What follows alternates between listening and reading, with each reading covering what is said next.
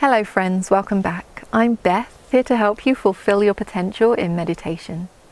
As most of you know, I don't have just one method that I teach to everybody, like one size fits all. Instead, I much prefer to teach people one-on-one.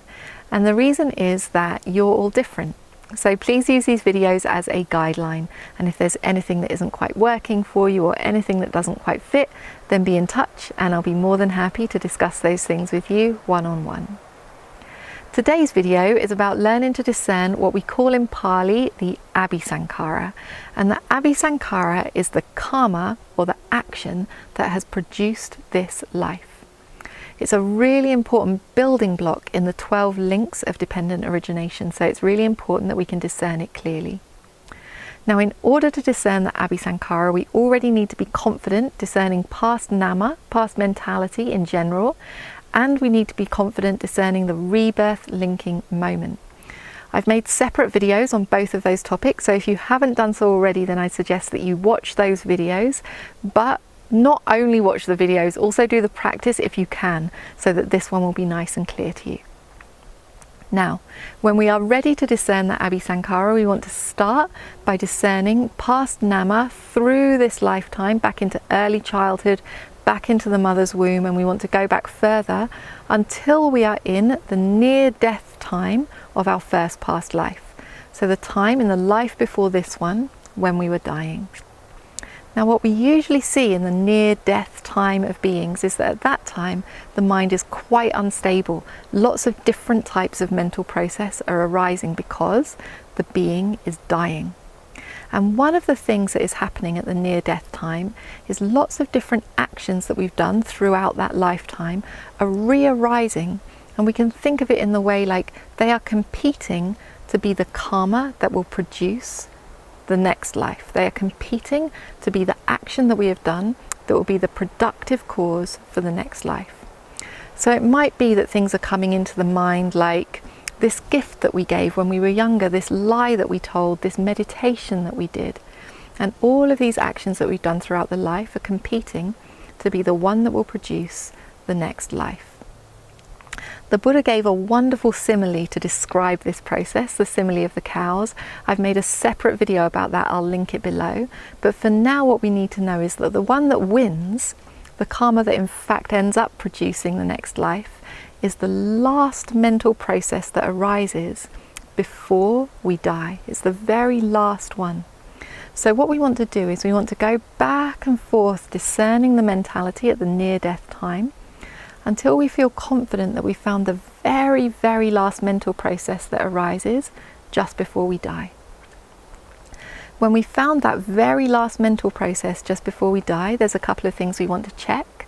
First of all, we want to check what was the object of that mental process. What is it that we're knowing at that time? And then we want to check how many mental factors does that mental process have. Once we've found the object and the number of mental factors, then we want to check, is it the same as the object and the number of mental factors as the rebirth linking moment of the immediately following life? And if it is really the last mental process that we found, because it can be a confusing thing to discern, very, very subtle, but if it's really the last mental process, then it will have the same object and the same number of mental factors as the rebirth linking moment of the immediately following life. Now, if we're confident that we've found the matching mental process, then we want to find the actual action that we did in the life. So let's say at the near-death time, we have the memory of giving an apple to a monk, and the object of that mental process is the happy, grateful face of the monk. Well, that's arising just before we die, because in the lifetime, we actually gave an apple to a monk. And so what we want to do is search back through that lifetime and find the time when we actually did that action. Now, because the doing of that action and the remembering of it just before we die have a causal relation, sometimes and oftentimes we can find that time of actually doing the action very intuitively because there's a causal relation. But if it doesn't come to us intuitively, then we need to search back through the life, discerning the past mentality, until we find the time in the life when we actually did that action that re-arose just before we died and produced the next life. When we found that actual action that we did in the life, then we found that abhisankhara. We found the action that we did that has produced this life. As a final check, we can see if that action also has the same object, in this case, smiling grateful face of a monk, and the same number of mental factors as the rebirth linking moment and the near-death mental process. They should all have the same object and the same number of mental factors. And finally, we can check if we can clearly see a causal link between that action that we've done and the productive cause of it producing the first conscious moment of this life. So we see that action that we did produced the first conscious moment of this life. So that's how we find the abhisankhara. It's a complex process, but it is possible. If there's anything that's unclear, if there's anything that you're struggling with, then be in touch and I'll be more than happy to discuss those things with you one-on-one. Now is the time to get off of those screens, get onto the cushions and actually do the practice. This is a fascinating practice and there's so much that is possible in this practice of meditation, so let's not waste time.